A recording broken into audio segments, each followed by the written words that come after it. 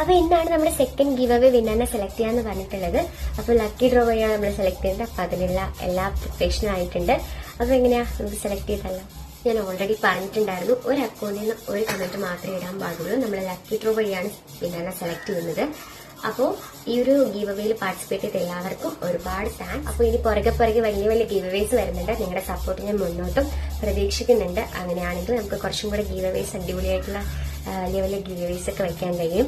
So അപ്പോൾ നമുക്ക് ഇന്ന് നമ്മുടെ വിന്നറിനെ സെലക്ട് ചെയ്യാം. ഞാൻ എല്ലാവരുടെയും പേര് എഴുതിയിട്ട് ചീട്ടാക്കി ഇട്ടിട്ടുണ്ട്. അപ്പൊ നമുക്ക് സെക്കൻഡ് ഗീവ് അവേ വിന്നറിന് ഇത് നമ്മൾ ലക്കി ഡ്രോ വഴിയാണ് ചെയ്യുന്നത്.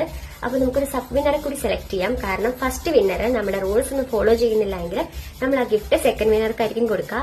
ഇനി ഫസ്റ്റ് വിന്നർ നമ്മുടെ റൂൾസ് എല്ലാം ഫോളോ ചെയ്യുവാണെങ്കിൽ നമ്മൾ ഫസ്റ്റ് വിന്നർക്ക് തന്നെയായിരിക്കും ഈ ഗിഫ്റ്റ് കൊടുക്കുക.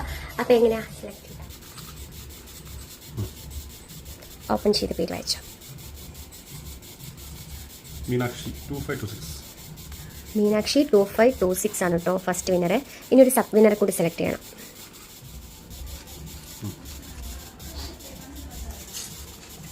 It's me